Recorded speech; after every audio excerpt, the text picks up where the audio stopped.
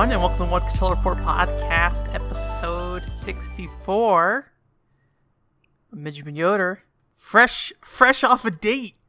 Just got off my date with Manaka, with Mike and Love Plus. The date's in, so since we have left, since we left off last time, I think I was still in the visual novel section of Love Plus, and did I say this is episode 64, by the way? One Control Podcast, episode 64. Here we are. I don't remember. Anyways, back to Love Plus. So the first part of the game's in the visual novel, has a visual novel kind of setup, and then eventually once you finish that, you get into the real-time dating mode, which when you get into it, you realize it's oh, this is pretty much Animal Crossing in terms of you have very little that you're able to do. You pretty much can call your girlfriend out and say, hey, let's go somewhere, and she'll either say yes or no. And if you say yes, you have a little conversation, and then at the end she's oh, I guess you can poke me in the shoulders if you want. And I have no idea what determines what is a good poke or a bad poke. Sometimes she likes it, sometimes she doesn't. I don't know. Anyways, so you basically get into this little normal life cycle thing, and then you can call her up and be hey, let's go on a date. And apparently she's I can only go dates on Sunday. So I don't know if it's different per character, but for Monarch at least, she's I go to school every other day of the week, so no, only Sundays are my date days. So on Sundays you can go on a date, and it's essentially the same as calling her out for the most part. It's just here's a lot of little sections where you have a little conversation, and they're all just kind of stitched together, and then you can choose where to go and what to do at different locations. Then obviously you want to try to do something that she would be more into, when I chose to go to the zoo, and then she was oh, where do you want to go at the zoo? And I'm it's look at the lion, look at the giraffe, or look at the small animals. And her whole thing is that she likes rabbits. So I was it's probably going to be small animals. So we went and saw small animals. I would have wanted to go see the small animals anyways if I was at a zoo, because they're cute. Little tiny bunnies are cute. So basically we went, and then she was so happy. She was so happy she got to touch small animals. And there's a lot of times where she's oh, I want to be spoiled. And you go poke her, and then she's I want to be hugged tighter, but there's not a way you can hug her really. So you're just kind of I guess I'll poke you more. And then at some point, if you poke her and I don't know, sometimes they just don't like it when you poke them. You would think it'd be oh, if you poked them in a weird spot, or poke them in the boob or something. They probably wouldn't like that. They don't seem to really care as far as I can tell, except for when they just suddenly decide that they don't want to be poked. Because I was well, maybe with hugging, I have to poke her in the I don't know what you would call it, not above the boobs, between the neck, essentially. That area is where I was poking her, trying to hug. I don't know though. No kissing happened though, so I don't know if there's a way to do kissing, but we did hold hands, which is very lewd.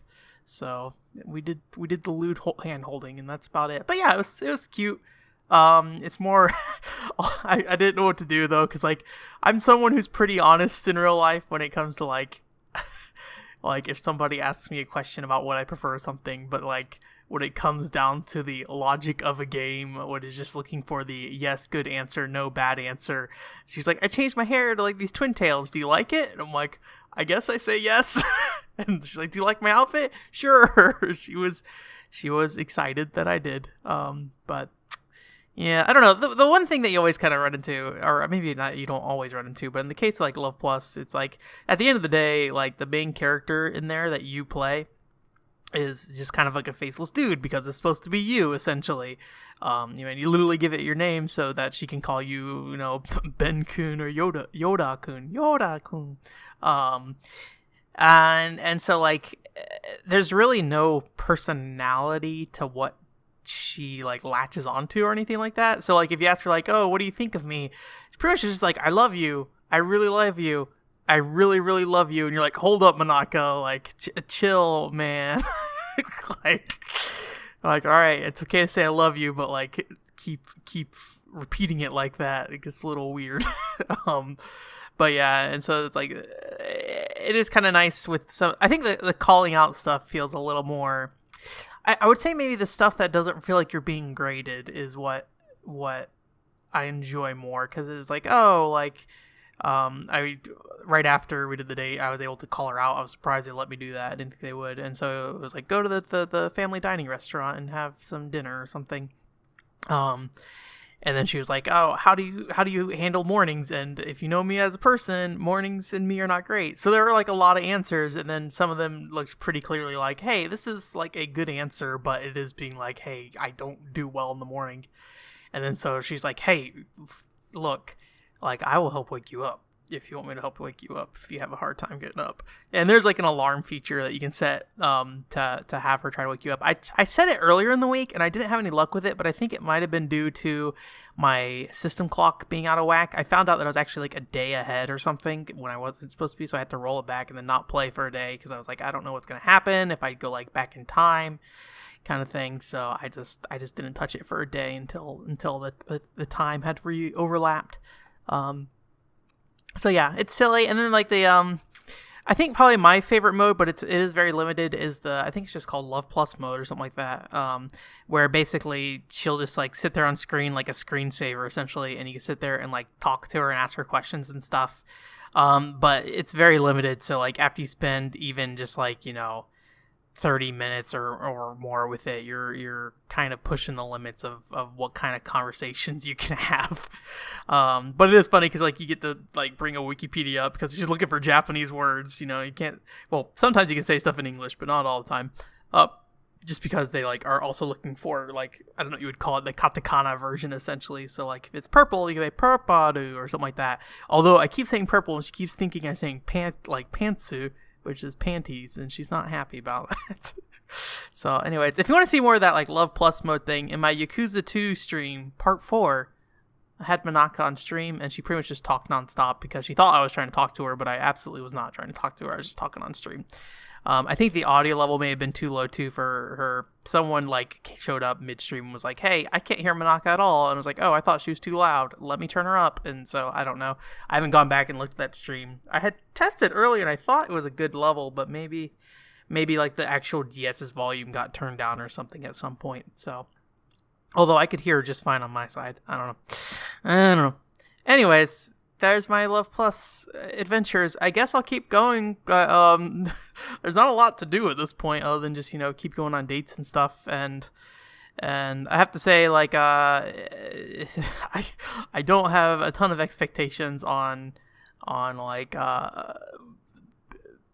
being like there being much more new content per se. I guess it's going to be a lot of conversations of just like, sitting around and having a chat, and probably as soon as I start seeing a lot of those chats like repeat and stuff, I'll probably drop it at that point. Which at that point, what happens to Manaka?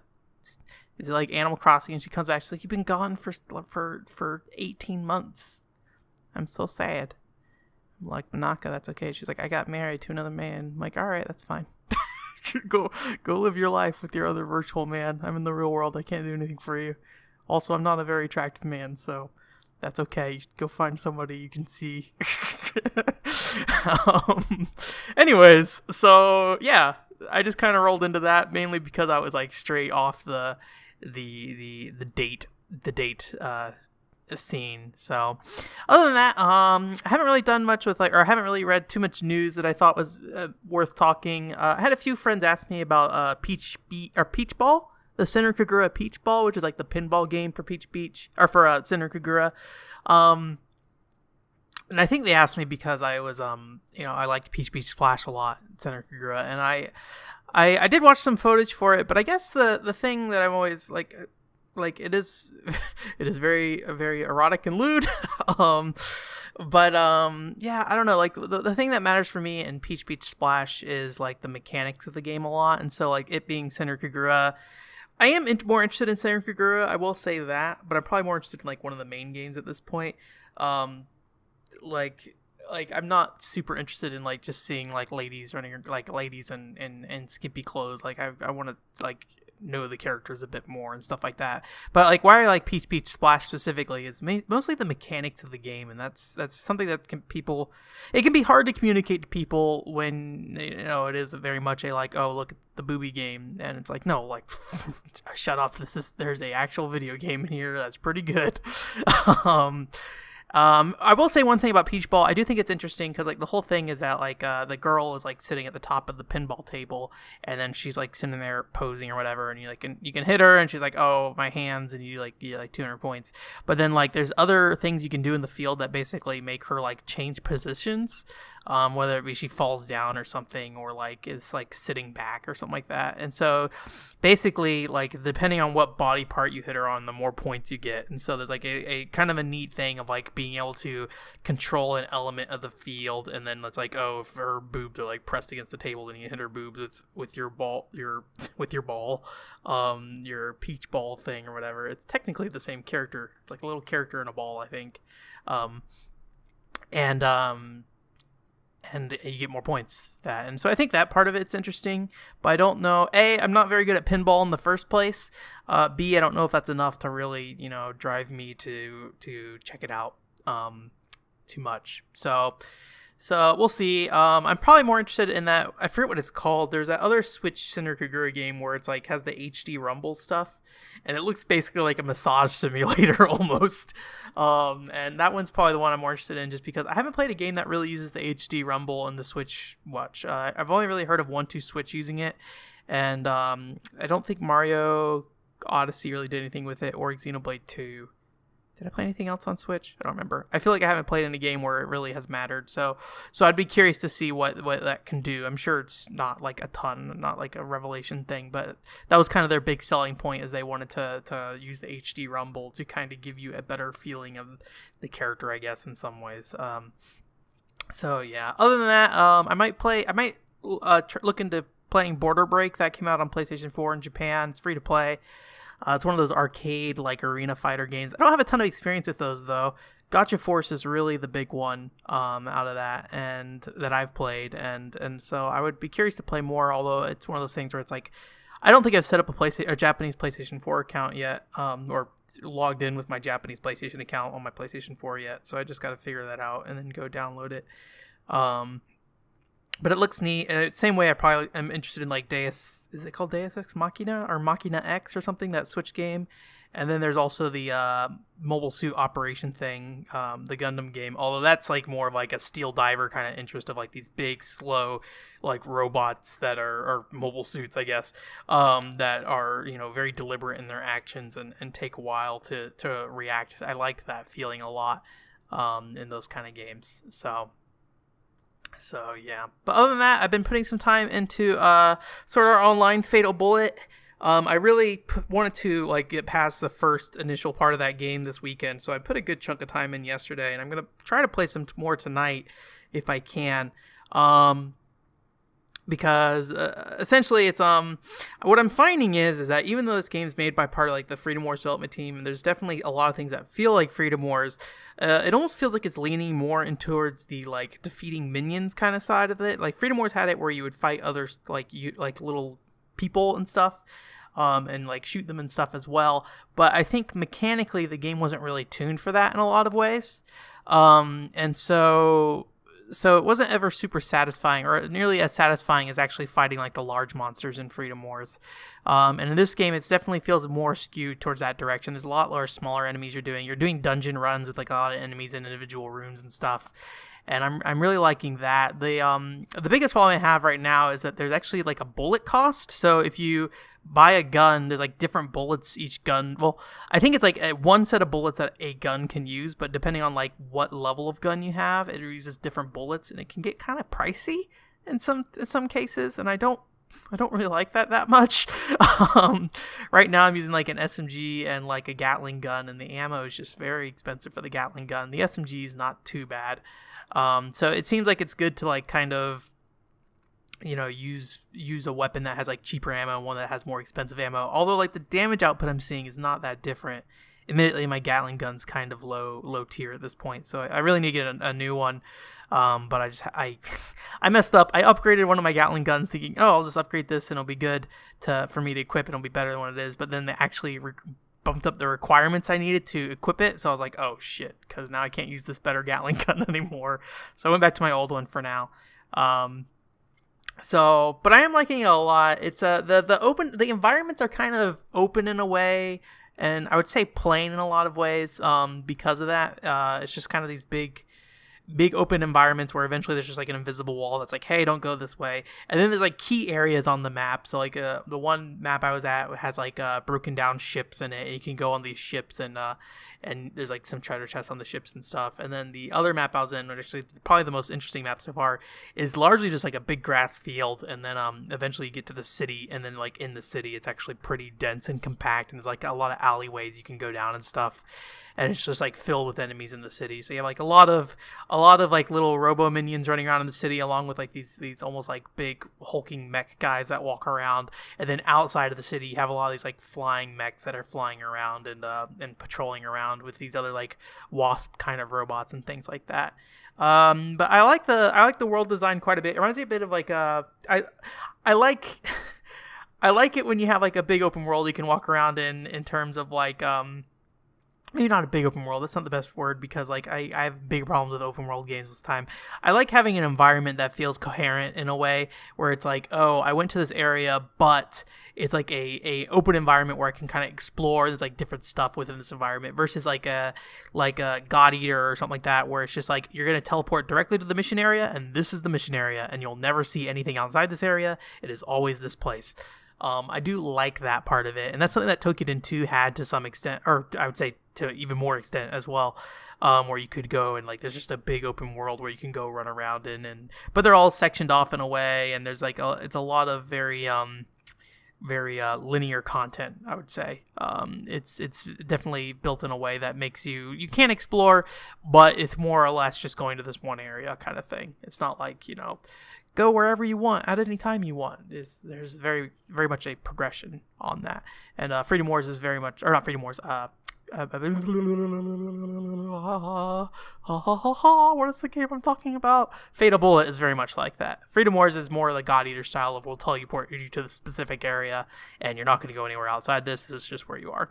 I haven't done any of the multiplayer stuff in Fatal Bullet yet to say how that is. I'm going to guess it's probably fairly restrictive, but I haven't touched it yet, so we'll see. I'll come back with some thoughts on that. Right now I'm just going through the main story. The story's okay. It's mostly flavor text so far, with a lot of like exploring the secrets of your little robot pal or whatever, and then you have like a childhood friend that's there, and there's like some kind of drama between, I wouldn't say really drama between you and her, but there's like some drama surrounding her in the real world, and things maybe not going so great for her in the real world at the time. Those are kind of the main plot points right now, and admittedly I'm probably around like, I'd say a little less than 10 hours or at 10 hours in terms of the content. I'm in like the third region right now, and it just hasn't really gone anywhere in terms of the plot. I was kind of hoping it would do some more stuff with it, but even like when I played Sword Art Online Hollow Fragment, the story was more focused on individual character development than any kind of overarching plot kind of thing. The plot was kind of a side note to everything. So I probably should expect the same here. And then depending on who you have your party, you have different cutscenes and stuff depending on that. So I had the default party that they set me up with. So it's pretty much Kirito, your childhood friend, and your robo buddy. And I don't know if you can take the robot buddy off your party or not, but so I've mainly gotten cutscenes with those three, and then Kirito stopped getting cutscenes, so I swapped him out for Lisbeth for now. And just give it some more time. I do really enjoy the game though. It feels very different because it is gun focused. It's very much a shooter, but not in the traditional sense, because there's a lot of like there's an auto lock on feature very similar to Peach Beach Splash.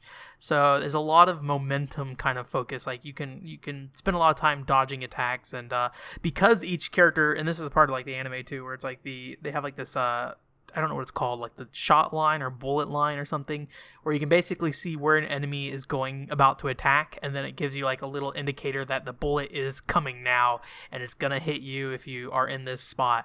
And so there's a lot of like interesting like You get to basically sit there and see how somebody's going to shoot you and like what kind of shot it's going to be. If it's going to be a shotgun blast, a sniper bullet. And so you just have an idea that somebody is aiming their sights down at you. And I'm not sure if that's something that's going to be like a part of the competitive play. I think there is PvP in the game, but I'm not really sure how that works out. If it's like a direct PvP or if it's like a Dragon Quest Heroes 2 thing of where it's like you both fight a monster and whoever does the more damage wins. So yeah. Guess that's going to do it for this week. Thanks for coming. I don't think there's any articles going up this week, I believe. I have something scheduled, but I think it's for next week. If an article came out this previous week, that means this week, the Kai Wolf Silva one, which I guess I should talk about that. Like Kai Wolf Silva, that book is cute. It's a cute little book. I'd recommend you read it if you're interested in like people basically, you know, being a fan of a character and like obsessing over them and really like trying to build these stories around this character that really doesn't have that many stories in the original Freedom Wars. I would recommend that. So yeah, there's that article on the page, so go read that. I think there's nothing this week other than just I have a Blueport J the Blueport J quick play stream from Thursday that's posted on the website on Tuesday. Secret if you on the quick play streams, I just punched my mic. On the quick play streams, they're on my YouTube channel whenever you're ready. After the stream, for the most part. Sometimes it might take like till the next day to really go up because I like have to cut the video per se. But I already go ahead and have those posted on YouTube if you wanna skip ahead and check it out beforehand. Otherwise, I make a post on the website on Tuesday that goes to my Twitter page, and you can see it then. So Blueport J. Anyways, I hope you guys that's tomorrow for you guys. Ha. Anyways, so I definitely have something for the week after that, and I have quite a few things that I'm finishing up here article writing wise, so I might speed up the rollout depending on how much of it gets done. I think I have two that I kind of want to get out sooner rather than later, and so I might go ahead and just like load them up for the next 2 weeks and let them come out when they're ready. And then I'm hoping to get some videos going here soon. I have 3 videos in mind actually, so I probably should start focusing on one of those. I do need to get some footage for one. The other one I need to play through another game, and then the last one I got to get some footage on for as well. Yeah, that's my sound. Yeah. Call your cat over. Come here, cat. Anyways, that's gonna be it for this week. Thanks for coming, and you have a great week. Oh, I forgot to say, stream game this week. I'm gonna try to play Peach Beach Splash, sticking with the Senran Kagura theme. We're gonna try to get some online matches, I think, but we won't try it too long because it's only like a 30-minute time that I do the quick play stream. So to quick Senran Kagura during the weekdays happens, I think, between 5 and 9 p.m. is when the community is generally playing. So what we'll probably end up doing is I'll probably do the quick play stream first and then go into Yakuza after that. That might just be the easiest thing to do because if people are actually matching up earlier, that will be helpful in showing that game off. Otherwise, I'll just do some AI matches and figure it out from there. So yeah, have a good week. Bye.